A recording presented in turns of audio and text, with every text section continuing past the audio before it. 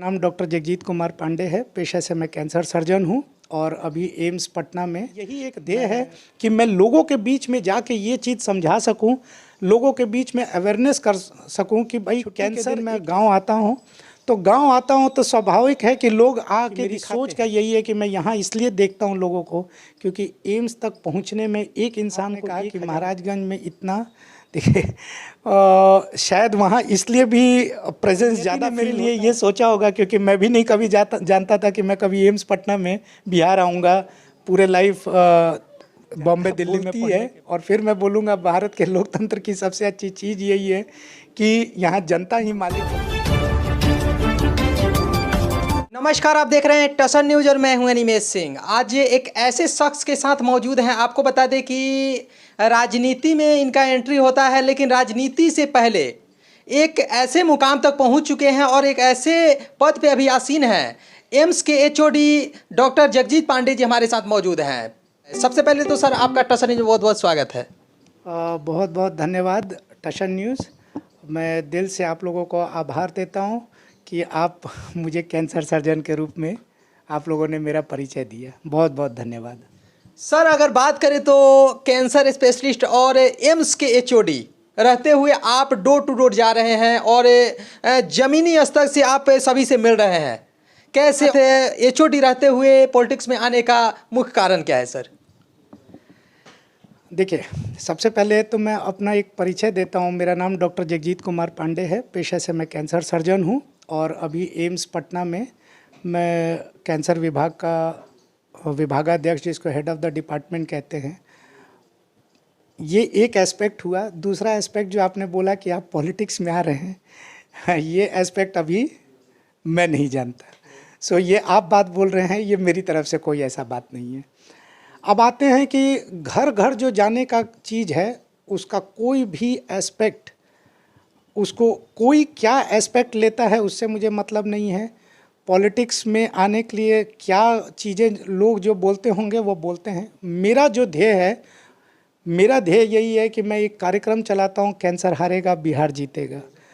उसी अभियान और उस अभियान का एक ही कारण है, उस अभियान को स्टार्ट करने का, कि जब मैं 2018 में एम्स पटना ज्वाइन किया तो मेरा यही देखना होता था कि लगभग जितने लोग आते हैं हमारे पास, अधिकांश लोग बिहार में चौथा स्टेज में पहुंचते थे। और इसके बनस्पत जब मैं बॉम्बे में, दिल्ली में, गुजरात, कोलकाता रहा हूं, वहां के स्थानीय लोग में वो जल्दी शुरुआती स्टेज में आ जाते थे। मैं इसके बारे में भी शोध किया और शोध से मुझे ये पता चला कि लोगों में अवेयरनेस की कमी है, यानी कि जागरूकता नहीं है कैंसर के प्रति। और वही कारण से मैं कई अलग अलग ज़िला में कैंसर हारेगा बिहार जीतेगा के मुहिम के तहत मैं कई ज़िलों में इस चीज़ का कार्यक्रम स्टार्ट किया। धीरे धीरे करते हुए, क्योंकि मैं छपरा निवासी हूँ, छपरा का रहने वाला हूँ और मेरा सारा नाता रिश्तेदारी सब इधर है, धीरे धीरे कई लोग मेरे पास आते थे और लोग मुझे यही बोलते थे कि डॉक्टर साहब हमारे यहाँ भी कैंप कीजिए। उसी के तहत जब भी मुझे फ्री टाइम मिलता है, सन 2018 से मैं लगातार कई बड़े भी कैंप किया और मेरा यही एक ध्येय है कि मैं लोगों के बीच में जाके ये चीज़ समझा सकूं, लोगों के बीच में अवेयरनेस कर सकूं कि भाई कैंसर एक ऐसी बीमारी है जिसका इलाज संभव है। क्योंकि कई बार लोग मेरे पास अच्छे अच्छे संभ्रांत लोग आते हैं और उनका कहना होता है, सभाओं में भी लोग कहते हैं कि डॉक्टर साहब सुन ले बने कि कैंसर हैज़ नो क्योर, कि कैंसर का इलाज नहीं होता है। बट मैं हमेशा सबको बोलता हूँ कि cancer has definitive cure, cancer का इलाज है। अगर आप सही समय पे सही स्टेज में आए, पहला, दूसरा, तीसरा स्टेज में कैंसर का इलाज संभव है। सिर्फ और सिर्फ चौथा स्टेज है जिसमें कैंसर का इलाज संभव नहीं है। अगर हम जागरूक होंगे तो इलाज संभव होगा। और देखिए, ये सब आने जाने का, सब जगह जाके प्रचार कैंसर का करने का एक ही कारण है कि कैंसर से एक इंसान नहीं, पूरा परिवार मर जाता है। जैसे कि आपके पास हम पहुंचे तो देखें कि पूरा भीड़ भड़ाका और अलग अलग जो मरीजें हैं, मरीज आते थे आपसे, अलग अलग पर्ची और या जानकारी आपसे लेते थे। तो क्या ये 1 साल से 2 साल से चल रहा है कि ये पहले से ही आप ऐसे कैंपेन और साथ के साथ ऐसे समाज सेवा में लगे हुए थे? देखिए, इसको समाज सेवा बोलें ये तो मैं नहीं जानता। देखिए, मैं यहाँ का स्थानीय निवासी हूँ, तो आप ये समझिए कि मैं किसी का बेटा लगता हूँ, किसी का भतीजा लगता हूँ, किसी का भाई लगता हूँ, किसी का नाती पोता सब है। सो मेरा यही चीज़ है कि मैं रविवार के दिन लगभग मेरी कोशिश होती है कि छुट्टी के दिन मैं गांव आता हूं। तो गांव आता हूं तो स्वाभाविक है कि लोग आके दिखाते हैं, क्योंकि मैं डॉक्टर हूं। और दूसरा चीज़ है कि मेरे पास और तो कोई कला आती नहीं है मुझे। ऑन ए लाइटर नोट, एक इलाज ही करना मुझे आता है। और अगर मान लीजिए कि सब लोग जान पहचान के सब तो मेरे पास इसी हिसाब से आते हैं कि चलो डॉक्टर साहब के पास चलते हैं। ऐसा नहीं है कि कैंसर के ही रोगी मेरे पास आते हैं, और भी लोग आते हैं। बस उसका कारण यही होता है कि लोगों के दिमाग में ये रहता है कि भाई बड़े डॉक्टर साहब हैं तो ये कम से कम उस चीज़ का इलाज नहीं करेंगे तो कहाँ इलाज संभव है वहाँ ज़रूर अच्छे से जगह पे पहुँचाएंगे। सो मेरी यही धारणा, और मैं आता हूँ तो यही रीज़न से होता है कि लोग इतने दूर दूर से सीमांत जिला गोपालगंज ज़िले से लोग आते हैं ये दिखाने के लिए। और दूसरी मेरी सोच भी यही होती है कि देखिए, एक मरीज यहाँ से जब जाता है, आप लोग को भी मालूम होगा, बस मैं एक चीज़ कहता हूँ कि मेरी सोच का यही है कि मैं यहाँ इसलिए देखता हूँ लोगों को क्योंकि एम्स तक पहुँचने में एक इंसान को 1,000 रुपया लगता है और उसके साथ 2 और उसके रिलेटिव आते हैं, यानी एक इंसान को वहाँ तक पहुँचने में 3,000 रुपया लगता है। कम से कम मैं यहाँ देख लेता हूँ प्रिलिमिनरी, ये तो नहीं है कि यहाँ इलाज कर सकते हैं, लेकिन एटलीस्ट मैं उनको सजेस्ट कर सकता हूँ। तो कम से कम सजेशन में ज़रूर है। और मैं आता हूँ तो कम से कम इतना है कि कोई भी अगर मान लीजिए सिवान से भी इधर आया तो 500-700 रुपये में गाड़ी करके आ जाता है। तो जहाँ 3,000 रुपया खर्च होना है वहाँ 500-700 रुपये में वो गाड़ी करके आया, उतना का उसका किराया लगता होगा। लेकिन कम से कम इतना सहयोग लोगों को ज़रूर हो जाता है। और ये कारण भी यही है कि शायद मैं यहीं का स्थानीय हूँ, इसीलिए मेरी सोच ये होती है कि कोई ना कोई सब तो रिश्तेदारी सिर्फ और सिर्फ कास्ट से नहीं होती है, सब मेरे जान पहचान के लोग हैं और जो भी आता है देख लेता हूँ। बस यही एक भाव से कि कम से कम इसी बहाने किसी का कुछ मदद हो जाए। जागरूकता अभियान के माध्यम से महाराजगंज में आप जा रहे हैं और जागरूकता अभियान के माध्यम से आपका एक पकड़ जो है महाराजगंज में एक बहुत अच्छा खासा पकड़ बनते जा रहा है। वहाँ का आम जनता का कहना है कि आने वाले लोकसभा चुनाव में एक आप बड़े दावेदार हो सकते हैं और साथ के साथ अलग अलग पार्टियों में भी आपका नाम अब आना चालू हो गया है। क्या कहना चाहते हैं सर? देखिए, 2 एस्पेक्ट पे इस पर फिर मैं बात करूँगा। एक, आपने कहा कि महाराजगंज में इतना, देखिए शायद वहाँ इसलिए भी प्रेजेंस ज़्यादा फील होता है क्योंकि मेन ये है कि वहाँ पे मेरा बहुत रिश्तेदारी सारा चीज़ है, सारा तो वही है। तो लोगों के यहाँ जाते जाते ही, क्योंकि लोग कार्यक्रम कराते हैं और लोग कार्यक्रम कराने के चलते बहुत ज़्यादा एक दिन में कई बार 4-4, 5-5 कैंसर जागरूकता शिविर लगता है और लोगों को मैं वहाँ पे कैंसर जागरूक के शिविर के हिसाब से लोगों को जागरूक करता हूँ। और आप कहीं भी देखिए, कोई कितना भी बोलता है, मैं कोई पॉलिटिकल स्टेटमेंट नहीं देता, उसके पीछे ये है कि मैं पॉलिटिक्स में बिल्कुल नहीं हूँ। अब रह गया कि पॉलिटिक्स, जो आपका दूसरा सवाल था कि लोग कहने लगे हैं, मैं इस बात का एक ही उत्तर शायद जो मैं जानता हूँ कि भारत के लोकतंत्र की सबसे ज़्यादा खूबसूरती यही है। भारत इसीलिए विश्व का सबसे बड़ा लोकतंत्र नहीं कहा जाता है, उसकी खूबसूरती यही है कि यहाँ जनता मालिक है। और अगर जनता कह रही है कि इस तरीके का कोई बात है, तो अगर मेरी नियति में होगा और अगर इस तरीके का ही होगा कि शायद कैंसर सर्जन के बाद बियॉन्ड जाके वो भी चीज़ करना होगा, तो अगर नियति ने मेरे लिए ये सोचा होगा, क्योंकि मैं भी नहीं कभी जानता था कि मैं कभी एम्स पटना में बिहार आऊँगा पूरे लाइफ बॉम्बे दिल्ली में पढ़ने के बाद, लेकिन नियति मुझे एम्स लेके आई और बिहार आया। सो आगे मेरी नियति क्या चाहती है, हो सकता है मेरी नियति ने शायद वही सोचा हो जो आज जनता जनार्दन कहती है। तो अगर वो सोचा होगा तो हम उस हिसाब से भी आगे सेवा करेंगे। महाराजगंज को डेवलप करने के लिए क्या अपने पास क्या क्राइटेरिया और साथ के साथ क्या रोड मैप आप तैयार किए हुए हैं कि आने वाले दिनों में महाराजगंज में जो नहीं है वो आप लाएंगे, और ऐसा क्या प्लानिंग है आपका? देखिए, महाराजगंज स्पेसिफिक ही ना हो कि मैं एक चीज़ कहता हूँ, मैं 3 मुहिम चलाता हूँ। एक, कैंसर हारेगा बिहार जीतेगा। उसके पीछे का कारण है कैंसर का डॉक्टर हूँ और मैं जानता हूँ कि कैंसर से कितना तकलीफ़ होता है, और यही कारण है कि मैं आपके चैनल के माध्यम से लोगों को कहना चाहता हूँ कि देखिए, सरकारी सुविधाएं बहुत है। हमारे प्रधानमंत्री जी ने जो योजना आयुष्मान भारत का योजना चलाया है, मैं लोगों से ज़रूर कहूँगा कि जो भी लोग इसमें जिनका नाम है वो आयुष्मान का कार्ड ज़रूर बनवाएं, क्योंकि आयुष्मान भारत योजना एक ऐसी योजना है जिसमें जब मरीज़ भर्ती हो जाता है तो तो उसका 1 रुपया तो छोड़ दीजिए, 50 पैसा का भी खर्च नहीं होता है, और ये गरीबों के लिए बहुत बड़ा चीज़ है।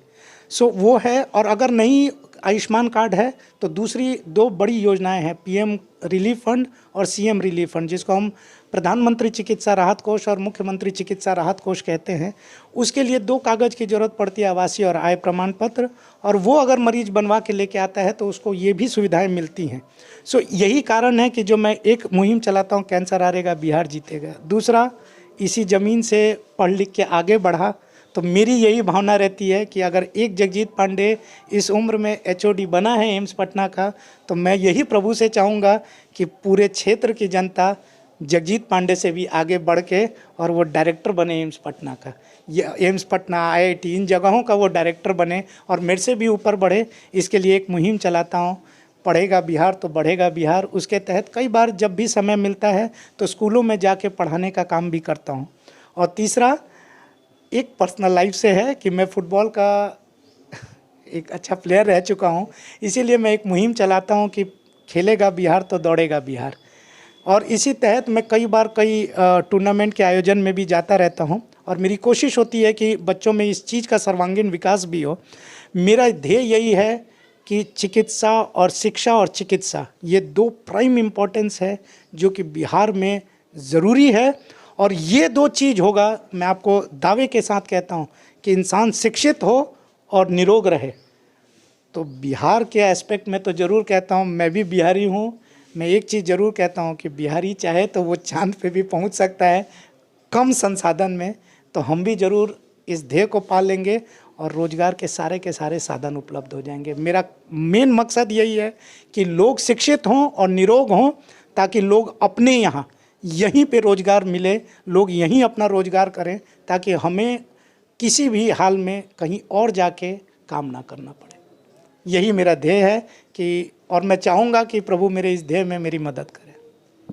आने वाले दिनों में जो कारवां बढ़ते जा रहा है चुनाव का और लोकसभा का, तो लोकसभा को लेकर आपसे क्वेश्चन करना चाहते हैं कि सर, चित्तौड़गढ़ माना जाता है महाराजगंज, और महाराजगंज में आप इस बार जा रहे हैं और चेहरा जो आपका है वो बहुत हाईलाइट चेहरा बनते जा रहा है। जैसे हम लोग कैंपेन के माध्यम से पब्लिक से मिल रहे हैं, पब्लिक से बात भी कर रहे हैं, तो आने वाले दिनों में क्या लग रहा है, कौन सी पार्टियां में आप जाने वाले, या निर्दलीय आने वाले हैं, या इसको लेकर कुछ खुलासा करना चाहेंगे सर आप? देखिए, मैं फिर आपको वही चीज़ कहना चाहता हूँ, मुझे खुद नहीं मालूम है, जनता बोलती है, और फिर मैं बोलूँगा भारत के लोकतंत्र की सबसे अच्छी चीज़ यही है कि यहाँ जनता ही मालिक होती है। और दूसरा, आपने बोला कि चित्तौड़गढ़ माना जाता है महाराजगंज, तो ये तो मेरे लिए खुशी की बात है ना। चित्तौड़गढ़ किस चीज़ का सिंबल है? चित्तौड़गढ़ सिंबल है हमारी अस्मिता के, भारत की अस्मिता चित्तौड़गढ़ में बसती है। तो मेरे लिए तो ये सौभाग्य की बात होगी कि आप ऐसा कह रहे हैं, या जनता ऐसा कह रही है कि चित्तौड़गढ़ माने जाने वाले जगह पे जनता मुझे वहाँ पे इस हिसाब से बैठाना अगर चाहती है, तो मैं तो इसको पॉजिटिव डायरेक्शन में देखता हूँ। आप क्या चीज़ सोचते होंगे, मैं तो यही सोचता हूँ कि चित्तौड़गढ़ हमारी अस्मिता का चीज़ है, और अगर अस्मिता की चीज़, भारत की शान की चीज़ में अगर लोग मुझे वहाँ से देखना चाहते हैं, तो ये तो मेरे लिए गौरव की बात होगी। मेडिकल के माध्यम से क्या विशेष करने जा रहे हैं महाराजगंज के लिए, सारण के लिए, सिवान के लिए, गोपालगंज के लिए, या अदर पर्सन जहाँ से भी लोग आ रहे हैं उनके लिए क्या विशेष करने जा रहे हैं सर आप? देखिए, चिकित्सा के माध्यम से मैं एक ही चीज़ कहता हूँ कि बिहार में भी सुविधाएं बहुत हैं, ऐसा नहीं है। एम्स पटना, आईजीएमएस, पीएमसीएच भी अभी हमारे माननीय मुख्यमंत्री जी उसको 5,500 बेड का बनाने जा रहे हैं। ये बहुत बड़ा अचीवमेंट है। और ये सोच लेके अगर हमारे, देखिए, सभी जो सरकारें होती हैं, चाहे वो राज्य की, केंद्र सरकार, लोगों को सुविधाएं देती हैं, और लोगों को सुविधाओं का वो मालूम नहीं रहता है। ये जी ज़रूर है कि अगर हम लोगों को जागरूक कर पाएँ, तो जैसे मैंने आपको बताया, CM relief fund, PM relief fund, ये सारी सुविधाएं हैं, और सुविधाओं को लोगों में जागरूक करके लोगों को बताना होता है कि सरकार ये सुविधाएं देती है, आपको उस सुविधा का लाभ लेना है। और दूसरा, मैं यहाँ का हूँ तो मेरी एक सोच ज़रूर है, अगर कभी प्रभु ने चाहा मैं वैसे जगह पे कभी पहुँच पाऊँ जहाँ से मैं डिसीजन मेकर बना, तो मेरी एक सोच ज़रूर है कि सारण प्रमंडल के लिए एक बड़ा कैंसर का हॉस्पिटल ज़रूर बने, सरकारी बड़ा से बड़ा कैंसर का हॉस्पिटल बने, क्योंकि मैं जानता हूँ कि लोगों को कैंसर से मैं जैसा आपको बताया, कैंसर से एक इंसान नहीं पूरा परिवार मर जाता है। सो मेरी यही सोच है कि एक बड़ा कैंसर का हॉस्पिटल सरकारी सुविधा के अनुसार बने, जहाँ पे कैंसर के मरीजों का इलाज हो और मुफ्त इलाज हो। यही एक मेरा धारणा है। और अगर कभी प्रभु ने मेरे अंदर इतनी ताकत दी तो मैं ज़रूर चाहूँगा कि मैं सेंट्रली फंडेड एक या गवर्नमेंट फंडेड एक बड़ा कैंसर का अस्पताल इस सहारनपुर मंडल में बनाऊँ। लास्ट अपील क्या करना चाहते हैं, संदेश क्या देना चाहते हैं? आने वाले दिनों में नवरात्र भी आने वाले हैं और साथ के साथ और भी बहुत सारे पर्व हैं, तो उसको लेकर क्या विशेष करके अपने ऑडियंस, अपने जो देवतुल जनता हैं, उनको क्या संदेश, क्या अपील करना चाहते हैं सर आप? देखिए, सबसे पहले पूजा पाठ के हिसाब से मैं कहूँगा कि सभी लोगों को, जो अभी दुर्गा पूजा आ रहा है, दुर्गा पूजा, उसके बाद दिवाली और छठ तो मैं इसलिए स्पेसिफिक हूँ क्योंकि मैं छठ खुद करता हूँ। तो मैं जब खुद करता हूँ इसलिए मैं सब लोगों को दिल से शुभकामना देता हूँ और मेरी यही भावना है कि सब लोग इस त्यौहार को खूब अच्छे से मनाएं। और अपील के माध्यम से मैं यही कहता हूँ कि सब परिवार देखिए, अगर जगजीत पांडे इधर ही से बढ़ के आगे बढ़ गया तो मैं सभी पेरेंट्स को, सभी जो भी अभिभावक है, सबको यही कहूँगा कि आप अपने बच्चों को पढ़ाइए। शिक्षा सबसे ज़्यादा ज़रूरी है, क्योंकि शिक्षा ही एक ऐसी चीज़ है जहाँ से रोज़गार ढूंढने की ज़रूरत नहीं पड़ेगी, रोज़गार आपके पास आएगा। सो ये चीज़ों की ज़रूरत है कि शिक्षा सब लोग, अपने सभी अभिभावक अपने बाल बच्चों को दें। और चिकित्सा का जहाँ तक संभव है कि मैं यही लोगों को कहूँगा कि हमें निरोग रहना है और जो मेरे से सुविधा हो सकती है मैं ज़रूर अपने लोगों को देने की कोशिश करता हूँ। धन्यवाद सर। धन्यवाद, बहुत बहुत धन्यवाद आप लोग। जैसे कि अभी हम बात कर रहे थे एम्स के एचओडी डॉक्टर जगजीत पांडे जी से, और जगजीत पांडे जी का बात करें तो कैंसर जागरूकता अभियान के माध्यम से महाराजगंज, सारण, सिवान, गोपालगंज और अलग अलग जिलों में ये कैंपेन कर रहे हैं। और कैंपेन के माध्यम से ऐसे कैंपेन किए कि इनको महाराजगंज की विशेषकर की जनता चाहने लगी, और चाहने के बाद सीधा इनको लोकसभा प्रत्याशी बना दी। अब आने वाले दिनों में देखना है कि कौन से पार्टी से इनको टिकट मिलता है, टिकट मिलने के बाद जनता कितना अपना प्यार दुलार देती है, वो आने वाले दिनों में हम फिर से इनसे बात करेंगे।